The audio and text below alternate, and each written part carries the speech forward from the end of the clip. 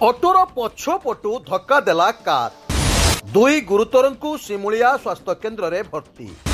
Police ଘଟଣାସ୍ଥଳରେ ତଦନ୍ତ ଜାରି ରଖିଛି। ମିଳିଥିବା ସୂଚନା ଅନୁଯାୟୀ ଏକ ଅଟୋ ବାଇକ୍ ଲୋଡ୍ ନେଇ ସୋରରୁ ଭଦ୍ରକ ଯାଉଥିବା ସମୟରେ ବାଲେଶ୍ୱର ଜିଲ୍ଲା ସିମୁଳିଆ ଥାନା ଅନ୍ତର୍ଗତ 16 ନମ୍ବର ଜାତୀୟ ରାଜପଥର ଜାମୁଝାଡ଼ି ସ୍ଥିତ ତାରିଣୀ ଛକ ନିକଟରେ ବାଲେଶ୍ୱର ଯାଜପୁର ଯାଉଥିବା କାର ଅଟୋର ପଛପଟୁ ଧକ୍କା ଦେଇଥିଲା। ଫଳରେ ଅଟୋଟି ଭାରସାମ୍ୟ ହରାଇ ଓଲଟି ପଡ଼ିଥିଲା।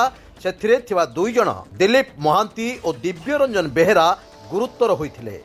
ଗୁରୁତର ଅବସ୍ଥାରେ ଦୁଇ ଜଣଙ୍କୁ ସିମୁଳିଆ ସ୍ୱାସ୍ଥ୍ୟ କେନ୍ଦ୍ରରେ ଚିକିତ୍ସା ନିମନ୍ତେ ଭର୍ତ୍ତି କରାଯାଇଛି।